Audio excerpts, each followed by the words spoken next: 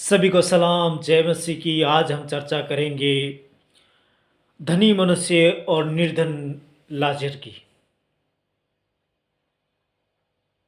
खुदावंद का कलाम क्या कहता है हम सुनेंगे और समझेंगे इसके बारे में, और हम मनन करेंगे कि धनवान व्यक्ति जो मलमल पहनता था, सुख विलास भोग विलास में हमेशा ये जिंदगी काटता था। उसके पास बड़े नौकर चाकर थे और मलमल पहनता था और ठाट बाट से रहता था। निर्धन लाजर उस धनवान की डेवड़ी के ऊपर छोड़ दिया जाता था, यानी कि कुत्ते भी लाजर के घाव चाटते थे। क्या आपको पता है कि धनी के घर में लाजर को क्यों भेजा जाता था? खुदावंद ने लाजर को इसलिए धनी के घर में भेजा जाता था कि कहीं ना कहीं इसको लाजर के ऊपर रहम आ जाए, और अगर लाजर के ऊपर धनी इंसान को रहम आ जाता तो आज धनवान व्यक्ति नरक में ना होता बल्कि स्वर्ग में होता। बोलो हालेलुया। तो हमें भी जो कंगाल है उनके ऊपर में दया करनी है, अनुग्रह करना है, क्योंकि हमारा पिता हमें ये सिखाता है कि तुम कंगालों को दो तो तुम स्वर्ग में पाओगे। अगर हम कंगालों को देंगे तो हमारा पिता हमसे कहता है कि स्वर्ग में पाओगे, और जहाँ तुम्हारा धन होगा वहाँ तुम्हारा मन होगा। बोलो हालेलुया। जहाँ तुम्हारा धन होगा वहाँ तुम्हारा मन होगा, ये हमारा खुदावंद कहता है। किसी भी धर्म में ऐसा नहीं लिखा गया है कि तुम कंगालों को दो तो तुम्हें स्वर्ग में मिलेगा, लेकिन ये पवित्र बाइबल में ये ऐसा लिखा हुआ है कि तुम कंगालों को दो तो तुम्हें स्वर्ग में मिलेगा। और धनवान व्यक्ति का क्या, ये धनवान का नहीं, दूसरे धनी मनुष्य एक अमीर इंसान खुदावंद प्रभु यीशु मसीह के पास आया और खुदावंद से कहने लगा कि हे गुरु, अगर मुझे स्वर्ग में जाना है तो मुझे क्या करना पड़ेगा? तो खुदावंद प्रभु यीशु मसीह ने कुछ आज्ञाएं बताई उनको कि ऐसा ऐसा कर, अपनी माता का अनादर ना कर, अपनी माता पिता की सेवा टहल करना, और अपनी माता की आज्ञा मानना, और चोरी न करना, और बहुत सारी आज्ञाएं उसे बताई। किसी की चुगली ना करना, निंदा ईर्ष्या बताई, झूठ नहीं बोलना। तो उसने कहा कि हे गुरु, ये तो मैं लड़कपन से मानता आया हूँ, बचपन से मानता आया हूँ। तो फिर खुदावंद प्रभु यीशु मसीह ने कहा कि एक कमी है तेरे में। बोला वो क्या गुरु? तो खुदावंद ने कहा, प्रभु यीशु मसीह ने कहा उससे कि अपना सब कुछ बेच दे और कंगालों को बांट दे। इस संसार के धनी भी कुछ ऐसे ही है। उसको बड़ी चिंता हुई कि सब कुछ बेच दूंगा तो करूंगा क्या, खाऊंगा क्या। जबकि मैंने पिछले वचन में भी ये बताया था कि धनी पूरा व्याकुल हो गया, व्याकुल होके टक टक टक टक करके चल दिया, उदास हो गया कि खुदावंद ने ये क्या कह दिया कि तेरा सब कुछ बेच दे और कंगालों को बांट दे और मेरे पीछे हो ले।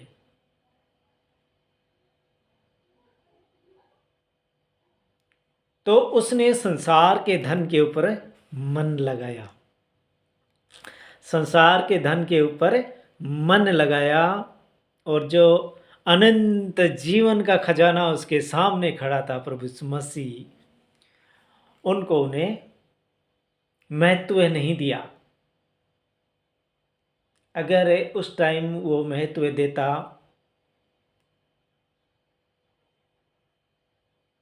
तो खुदावंद कहता है कि जहाँ तुम्हारा धन होगा वहाँ तुम्हारा मन होगा। अगर उस टाइम सब कुछ बेच देता जकई की तरह, जकई ने बेचा नहीं, जकई ने ऐलान किया।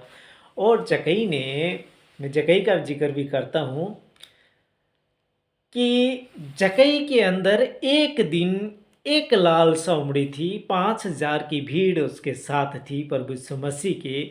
और जकई एक चुंगी लेने वाला एक पापी रोमी साम्राज्य का सरदार था। वो चुंगी लेता था। जैसे हम भी कैंट में जाते थे तो चुंगी दे के जाते थे, वैसे ही जकी भी एक चुंगी लेने वाला इंसान था। तो धोखे से भी चुंगी ली जाती थी, धोखे से भी चुंगी ली जाती थी। तो जकई के मन में एक लालसा उमड़ी थी कि आज मैं प्रभु यीशु मसीह को देखूं, कि ये जो 5,000 की भीड़ उसके पीछे है और जय जयकारा लगा रही है, मैं भी तो देखूं तो सही। उस प्रभु यीशु मसीह के बारे में इतना कह रहे हैं तो मैं भी एक दर्शन तो करूं। खाली एक लालसा उमड़ी थी। और हमारे भी सफदर बारा सिंह ने कहा कि एक ही मुलाकात ने जकई का उद्धार करा दिया। एक मुलाकात, एक लालसा उमड़ी जकई के मन के अंदर। आज हमारे मन के अंदर भी लालसा उमड़नी बहुत ज़रूरी है खुदावंद के लिए।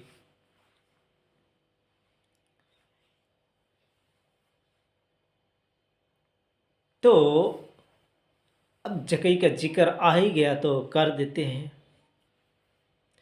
तो जकई एक तो पापी इंसान था, रोमी साम्राज्य का था।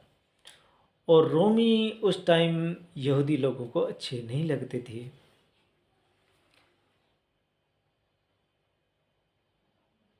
एक तो रोमी था, एक पापी था। अगर वो भीड़ के अंदर जाता तो बिशप साहब ने कहा कि 5,000 की भीड़ थी, जकई का कद छोटा था, तो ऐसे ही दबा दबा के उसको मार देना था। क्योंकि एक तो रोमी था, उनको अच्छा ऐसे ही नहीं लगता था। और कहीं 5,000 के अंदर घुस जाता तो 5,000 की भीड़ ने ये कहना था कि ये कहीं CID आया आज। तो जकई करे तो करे क्या, कद छोटा देखूं तो देखूं कैसे, 5,000 की भीड़, भीड़ के अंदर घुस जाता तो ऐसे ही मारा जाता। तो उसने एक फार्मूला आजमाया। वो खुदावंद ने ही उसके मन में डाला कि आज तेरे मन में एक लालसा उमड़ी है कि प्रभु यीशु मसीह को देखूं तो देखूं कैसे, क्योंकि कद छोटा है तो ये गुल्लर के पेड़ पे चढ़ जा, मैं इधर से निकलूँगा। और उसके मन में वो ख्याल आया और वो जाके उससे गुल्लर के पेड़ के ऊपर चढ़ गया। जब चढ़ गया तो उधर से प्रभु यीशु मसीह जाने वाले हैं। तो यहाँ पर एक वचन पूरा होता है, यहाँ पर वो वचन पूरा होता है, मैं आपको पढ़ के सुनाता हूँ। इब्रानियों 4:12। तो यहाँ पर इब्रानियों 4:12 कहती है, क्योंकि परमेश्वर का वचन जीवित और प्रबल और हर एक दुधारी तलवार से भी बहुत चोखा है और प्राण और आत्मा को और गांठ गांठ और गूंदे गूंदे को अलग करके आर पार छेदता है और मन की भावनाओं और विचारों को जांचता है। मन की भावनाओं और विचारों को जांचता है। तो यहाँ पर जकई के मन में एक लालसा उमड़ी थी कि प्रभु यीशु मसीह को देखूं। और वो गांठ गांठ और गूंदे गूंदे को अलग करके मन की भावनाओं और विचारों को जांचता है। तो जब वहाँ से खुदावंद निकल रहे थे तो खुदावंद ने जकई को आवाज़ मारी कि हे जकई, नीचे आजा, आज तेरे घर में खाना खाएंगे।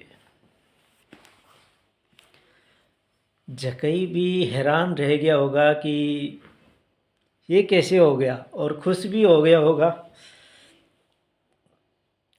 तो जकई नीचे आया और खुदावंद के साथ गया और खुदा जकई के घर में जाके खाना खाए। तो खाना खा रहे थे तो जकई ने एक ऐलान किया कि आज मैं अपनी 4 हिस्सों की जो प्रॉपर्टी मैंने धोखे से कमाई है उसको मैं कंगालों में बांटता हूँ। तब प्रभु यीशु मसीह ने वहाँ पर कहा कि आज इस घर का उद्धार हुआ है, आज इस घर का उद्धार हुआ है। तो उद्धार यहाँ पर भी ऐसा ही लिखा गया है। लाजर को खुदावंद इसलिए भेजते थे कि तू जा, क्या पता एक दिन ना एक दिन उस धनवान मनुष्य के अंदर ये लालसा उमड़ जाए कि अरे भाई, ये कितने दिन से आ रहा है, यह मेरी मेज की जूठन खा रहा है, देखो इसको मलम पट्टी भी करो। दया आनी चाहिए थी। देखो इसे मलम पट्टी करो और इसे अच्छा खाना खिलाओ, क्योंकि ये रोज़ मेरी ही जूठन खाता है, तो आज इसे अच्छा खाना खिलाओ। ये धनवान को खुद को भी करने की ज़रूरत नहीं थी, क्योंकि उसके पास नौकर चाकर अनेक थे और धूमधाम से रहता था और मल मल पहनता था। मेरे प्यारे भाइयों और मेरी बहनों, कहीं हम ऐसे धनवान के जैसे ना बन जाए। ठाट बाट से रहता था। तो मैं चलता हूँ इस वचन की तरफ, क्योंकि हमने अभी धनवान की केवल ऐसे ही जो हमारे को जितनी याद है उतनी चर्चा की है। तो यहाँ पर लूका अर्जित सुसमाचार उसका 16 अध्याय 19 से लेके 31 पद तक हम देखेंगे।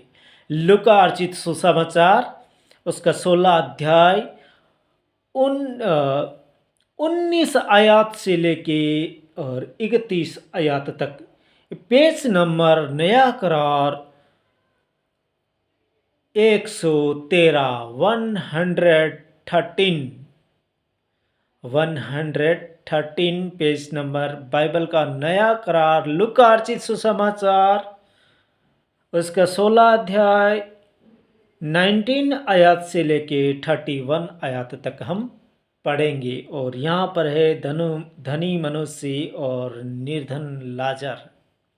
धनी मनुष्य और निर्धन लाजर, या ये कह दो अमीर मनुष्य और गरीब लाजर। एक धनवान मनुष्य था जो बेजनी कपड़े और मलमल पहनता और प्रतिदिन सुख विलास और धूमधाम के साथ रहता था। 20 में ऐसा लिखता है खुदावंद का कलाम, लाजर नाम का एक कंगाल घावों से भरा हुआ उसकी डेवड़ी पर छोड़ दिया जाता था, और वह चाहता था कि धनवान की मेज पर की जूठन से अपना पेट भरे। यहाँ तक कि कुत्ते भी आकर उसके घावों को चाटते थे। क्या दशा होगी, कुत्ते लाजर के घाव चाटते थे। वहाँ पर अय्यूब को क्या संकट दिखाया था। शैतान ने अय्यूब को परीक्षा में लिया, खुदा से कहा इसकी संपत्ति छीन के तो देख, तुझे भूल जाएगा। खुदा ने कहा ठीक है, छीन ले, मुझे नहीं भूलेगा। संपत्ति सारी छीन ली, फिर भी अय्यूब खुदावंद को याद करता रहा। फिर शैतान कहता है चल ठीक है, इसको बीमार कर दे, फिर देख तुझे कैसे भूल जाता है। खुदावंद ने कहा इसके अंदर, शरीर के अंदर, इसके अंदर जान रहने देना, सांस रहने देना, बाकी तेरे से जो होता है वो कर। शैतान ने इतना उसे बीमार किया, इतने उसके घाव पड़ गए थे। उसकी पत्नी ने क्या कहा पता है, उसकी पत्नी ने कहा, अपने परमेश्वर को बुरा भला कहकर मर जा, मर जा। अपने परमेश्वर को बुरा भला कह के उसकी पत्नी ने यहाँ तक धन उसको अयूब को कह दिया था कि अपने परमेश्वर को बुरा भला कह के मर जा। लेकिन अयूब ने धीरज धरी। वैसे ही हम सबको धीरज धरने की ज़रूरत है मेरे प्यारे भाइयों और मेरी बहनों। हमें खुदा को हर दम याद करते रहना है। हमें खुदा के साथ एक अटूट रिश्ता बनाना है। खुदा के साथ हमें कंबाइंड होना है। खुदा के घर में हमें सवेरे 10 से 20 मिनट खुदा के घर के लिए निकालना है, ताकि जो दशांश जो खुदा ने केवल हमें पैसों के दशांश के लिए नहीं बोला है, खुदावंद ने जो हमारी ज़िंदगी का जो टाइम है, हमें हर दिन कितना टाइम मिलता है उसका दशांश निकालो और उतना टाइम आप खुदा को दीजिए। आपके घर में बहुत सारी बरकतें, आशीषें, तंदुरुस्ती सब कुछ आपके घर में आएगा। खुदा ने कहा है, मुझे ढूंढो, मुझे ढूंढो तो सब कुछ तुम्हें मिल जाएगा। अगर हम खुदा को ढूंढेंगे सब कुछ हमारे पास होगा। हमें ढूंढने की ज़रूरत है खुदा को। तो यहाँ पर ऐसा लिखा है 21 आयत में, और वह चाहता था कि धनवान की मेज पर की चूठन से अपना पेट भरे, यहाँ तक कि कुत्ते भी आकर उसके घावों को चाटते थे। ऐसा हुआ कि कंगाल मर गया और स्वर्गदूतों ने उसे लेकर अब्राहम की गोद में पहुंचाया। वह धनवान भी मरा और गाड़ा गया। यहाँ पर लाजर मर गया। स्वर्गदूतों ने उठाया, अब्राहम की गोद में बिठा दिया, उठाया। स्वर्गदूतों ने उसे लेकर अब्राहम की गोद में पहुंचाया। वह धनवान भी मरा और गाड़ा गया और अंधलोक में उसने पीड़ा में पड़े हुए अपनी आंखें उठाई। धनवान ने आंखें उठाई और दूर से अब्राहम की गोद में लाजर को देखा। दूर से देखना, अभी स्वर्ग और नरक के बीच की आर्ग्यूमेंट भी सुनना कि स्वर्ग और नरक वाले आपस में बातचीत हो सकती है।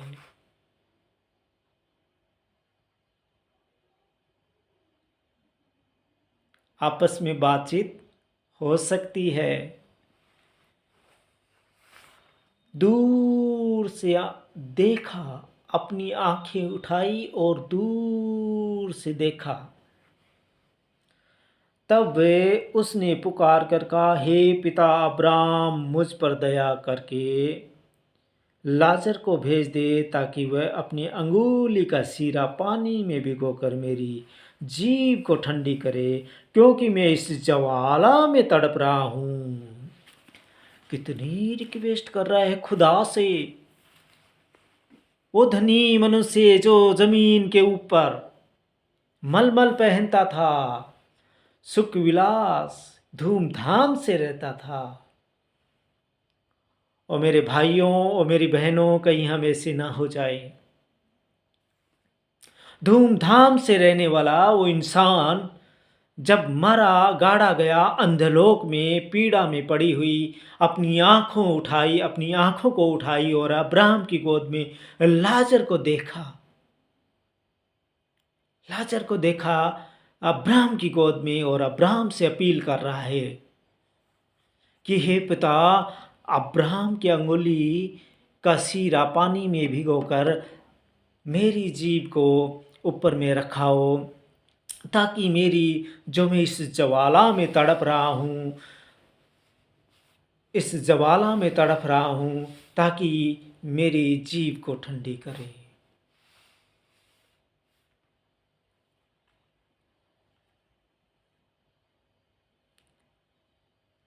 परंतु अब्राहम ने कहा, हे पुत्र, स्मरण कर कि तू अपने जीवन में अच्छी वस्तुएं ले चुका, और वैसे ही लाजर बुरी वस्तुएं, परंतु अब यहाँ शांति पा रहा है और तू तड़प रहा है। पिता अब्राहम कहता है कि हे पुत्र, स्मरण कर कि तूने अपने जीवन में अच्छी वस्तुएं पा ली, तूने धूमधाम से वहाँ पर रह के आ गया। संसार में हमें धूमधाम से रहना नहीं है, हमें खुदा को याद करना है, खुदा की बातों के पीछे भागना है, खुदा से मोहब्बत करनी है, खुदा से प्यार करना है। हमें नहीं चाहिए इस संसार की धन और दौलत जो हमें अंधलोक में डाल दे और पीड़ा में हम पड़ जाएं। हमें नहीं चाहिए। परंतु अब लाजर वहाँ पर शांति पा रहा है। लाजर शांति पा रहा है क्योंकि वो खुदा का दास था, खुदा पर भरोसा रखने वाला था। खुदा ने उसको यूज़ किया। खुदा ने धनवान को बचाने के लिए लाजर को भेजते थे ताकि उसकी आत्मा बच सके। अगर उसके मन में एक दिन भी ऐसा रहम आ जाता तो वो अंधलोक में न जाता बल्कि स्वर्ग में जाता। कौन? धनवान मनुष्य। अगर एक दिन भी ही लाजर के ऊपर उसकी रहम आ जाता उसको कि इसे खाना अच्छा खिलाओ, इसे अच्छे से कपड़े वस्त्र पहनाओ, तो वो अंधलोक में नहीं जाता बल्कि स्वर्ग में जाता।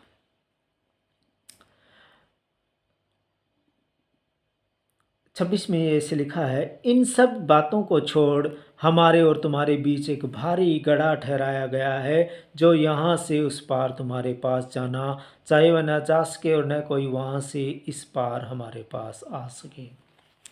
अब्राहम क्या कह रहा है? अब्राहम कह रहा है कि हमारे और तुम्हारे बीच में, स्वर्ग और नरक के बीच में ऐसा गढ़ा ठहराया गया है कि ना तो मैं लाजर को तेरे पास भेज सकता हूँ और ना तू हमारे पास आ सकता है, क्योंकि ऐसी गहरी खाई स्वर्ग की और नरक के बीच में ठहराई गई है। मेरे भाइयों और मेरी बहनों, ऐसी खाई ठहराई गई है स्वर्ग के और नरक के बीच में। ना इधर वाले उधर आ सकते, ना नरक वाले स्वर्ग में जा सकते।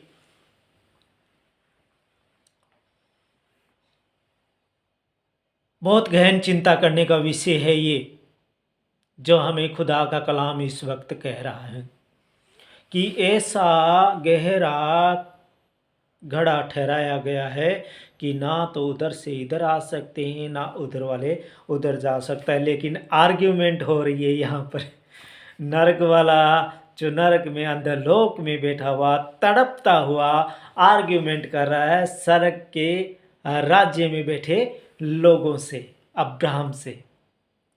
ये गड़ा अब्राहम ने भी नहीं ठहराया। अब्राहम कह रहा है धनवान व्यक्ति से कि हमारे और तुम्हारे बीच में ऐसी गहरी खाई ठहराई गई है कि ना तो तुम लोग इधर आ सकते, ना हम लोग तुम्हारे पास आ सके। अपील जरूर कर रहा है खुदा से, अपील जरूर कर रहा है अब्राहम से, सॉरी खुदा से नहीं, सॉरी अब्राहम से अपील कर रहा है कि हे पिता, लाजर को मेरे पास भेज दे, अंगुली का शीरा भिगो कर मेरी जीभ पे रखे तो मैं जो तड़प रहा हूँ वो ठंडक पड़ जाए।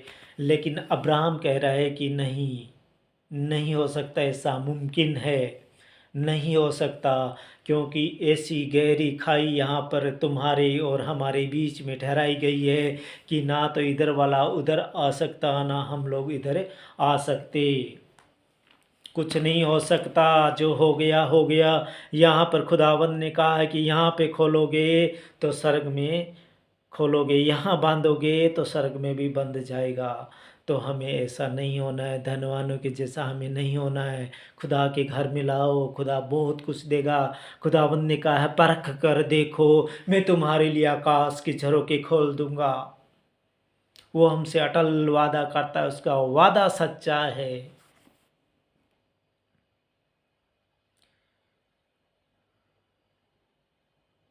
27 आयत ये कह रही, उसने कहा तो हे पिता, मैं तुझसे विनती करता हूँ कि तू उसे मेरे पिता के घर भेज, क्योंकि मेरे 5 भाई हैं, वह उनके सामने इन बातों की गवाही दे, ऐसा ना हो कि वे भी इस पीड़ा की जगह में आए।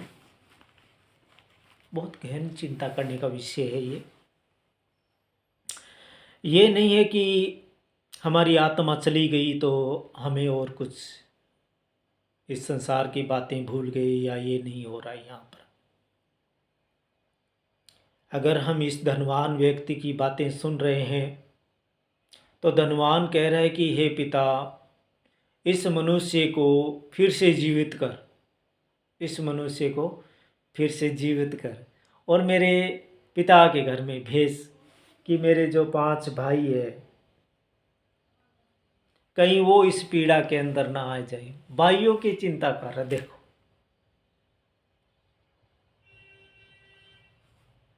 चिंता करने का विषय, गहन चिंता करने का विषय, कि इस मनुष्य को मेरे पिता के घर में भेज, कि मेरे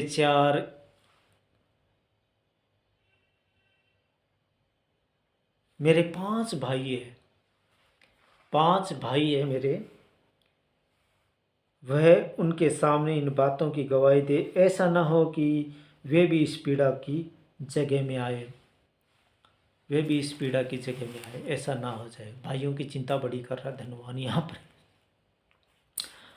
अब्राहम कह रहा है 29 में, अब्राहम ने उससे कहा, उनके पास तो मूसा और भविष्यवक्ताओं की पुस्तकें हैं, वे उनकी सुने। उसने कहा, नहीं है पिता अब्राहम, यदि कोई मरे हुओं में से उनके पास जाए तो वे मन फिराएंगे। उसने उससे कहा, जब वे मूसा और भविष्यवक्ताओं को नहीं सुनते तो यदि मरे हुओं में से कोई जी भी उठे तो भी उसकी नहीं मानेंगे। ये खुदावंद प्रभु यीशु मसीह के बारे में अब्राहम कह रहा है कि अगर वो मूसा की पुस्तक की नहीं मानते, उन भविष्यवक्ताओं की नहीं मानते, तो मरे हुए में से जी उठेगा कोई, उसकी भी वे नहीं मन फिराएंगे। तो प्रभु यीशु मसीह को यहाँ पे भेजा गया था, प्रभु यीशु मसीह यहाँ पर आए, लेकिन आज भी संसार के लोग हैं जो मन नहीं फिराते। तो इसके बारे में पहले से अब्राहम ने लिख दिया। उसने कहा, नहीं है पिता अब्राहम, पर यदि कोई मरे हुओं में से उनके पास जाए तो वे मन फिराएंगे। उसने उससे कहा, जब वे मूसा और भविष्यवक्ताओं के नहीं सुनते तो यदि मरे हुए में से कोई जी भी उठे तो भी नहीं मानेंगे। धनवान जरूर कह रहा है कि वो मन फिराएंगे अगर कोई मर के जिंदा हो जाएगा तो, लेकिन अब्राहम कह रहे हैं कि अगर कोई मर के जिंदा भी हो जाएगा फिर भी वो मन नहीं फिराएंगे। हमारे प्रभु यीशु मसीह आज आए संसार में, उन्होंने मौत पे विजय पाई और फिर जीवित हो गए, फिर भी आज लोग नहीं मानते और नहीं सुनते। तो गहन चिंता का विषय है।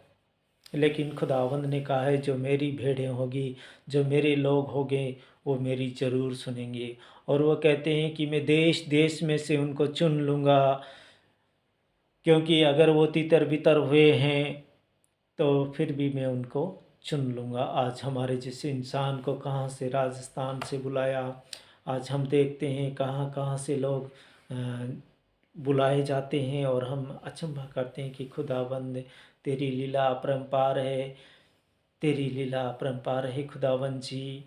हम तेरा धन्यवाद करते हैं, हम तेरा शुक्राना अदा करते हैं। तो मेरे प्यारे भाइयों और मेरी बहनों, इस पवित्र बाइबल में जो भी वचन लिखे हुए हैं उन्हें पढ़ें, सुने, उन पे केयर करें और खुदावंद से रोज़ दुआ करें कि हे खुदावंद जी, हमें आप ज्ञान और बुद्धि दो, सुलेमान की जैसे हमें बुद्धि दो। खुदा हमें देने के लिए बेताब है, हम मांग के तो देखें। वो कहते हैं, मांगो तुम्हें दिया जाएगा, ढूंढो तो पाओगे, द्वार को खटखटाओगे तो खोला जाएगा। आज मैं उस दिन क्रिसमस के दिन में सवेरे 7 बजे गया तो मैंने वचन पढ़ा, अ, स्वर्ग का राज्य उस राजा के समान है, उस राजा के समान है जिसने अपने पुत्र का विवाह किया, अपने पुत्र का विवाह किया। राजा ने अपने पुत्र का विवाह किया और वहाँ पर जो निमंत्रित लोग थे वो नहीं आए। कोई किसी ने कहा कि मुझे व्यापार में जाना है, किसी ने कहा मुझे खेत में जाना है। तो खुदावन वो राजा गुस्सा होके उसने कहा कि चलो निमंत्रित लोग निकम्मे ठहरे, लेकिन जाओ सड़कों और मोड़ों पर जितने तुम्हें मिलता है ले आओ। तो आज हमें पापी मनुष्य लोगों को खुदावंद ने चुना और हम खुदा के घर में आते हैं और जाते हैं। लेकिन वहाँ पर एक मनुष्य था, जब राजा अपने अतिथियों को देखने के लिए जब गया विवाह के घर में, तो उसने पूछा, एक मनुष्य ऐसा मिला जो विवाह के वस्त्र नहीं पहने हुए था। तो राजा ने कहा कि हे मित्र, हे मित्र, तूने विवाह के वस्त्र क्यों नहीं पहने? तो वो चुप रहा।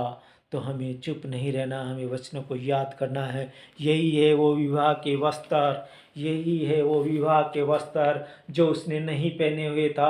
अगर हम वचन को पहने रहेंगे, अगर हमें वचन याद रहेगा, तो हमारे वस्त्र है जो एकदम हीम के जैसे सफ़ेद हो जाएंगे और हम चमकीले वस्त्र में खुदावंद को दिखाई देंगे।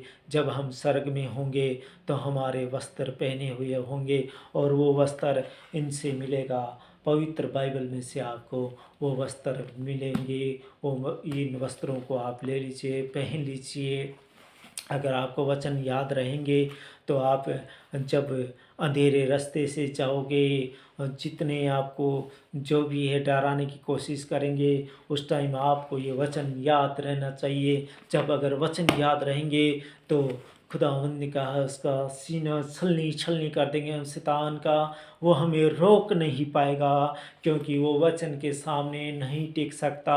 अगर हम जब वचन बोलेंगे तो वो आगे आगे ही भागेगा। तो हे मेरे प्यारे भाइयों और मेरी बहनों, खुदा को ढूंढो, अपने दशांश निकालो, टाइम का दशांश ज़रूर निकालो, टाइम का दशांश ज़रूर निकालो। खुदा आपसे बहुत प्यार करता है, क्योंकि अगर संसार के पिता अगर उसका 2 इयर्स बेबी अगर उसके घर में एक दिन भी ना आए, तो वो आस पास के सभी जगह में ढूंढेगा कि मेरे बेटे को देखा क्या, मेरे बेटे को देखा क्या। वो बेताब हो जाएगा और हम 7 दिन तक, हफ्ते हफ्ते तक खुदा के घर में नहीं जाते। हमें रोज़ 10 से 20 मिनट्स निकालने चाहिए और खुदा के घर में जाना चाहिए। खुदा हमसे बहुत प्यार करता है। आप जल्दी जाके तो देखिए, खुदा वहाँ पर मौजूद होता है। खुदा आपसे प्यार करता है। खुदा ऐसे बाहें फैला के खड़ा है कि आ जाओ मेरी बाहों में। खुदा आपसे प्यार करता है। हम कहीं ऐसा ना सोचे कि अभी तो हम बच्चे हैं, अभी तो हम ऐसो आराम करेंगे, बाद में बहुत सारे दिन पड़े हैं कि हम चाहेंगे जब हम 40 से 50 साल के हो जाएंगे फिर हमें करना क्या, हम खुदा के घर में जाएंगे। लेकिन समय ऐसा आ चुका है कि एक मिनट का, एक पल का भी भरोसा नहीं है कि हमारा कब हमारा बुलावा आ जाए और हम खुदा के पास पहुंच जाएं। तो कहीं हमारे साथ ऐसी घटना ना घट जाए जो इस धनवान मनुष्य के साथ घटी। तो हमें खुदा को 10 से 20 मिनट्स एनी डे हमें देनी है खुदा को। तो खुदा के वचन को मैं यहीं पे विराम देता हूँ और मांगता हूँ खुदावंद प्रभु यीशु मसीह के नाम से, आमीन। खुदा का शुक्र हो।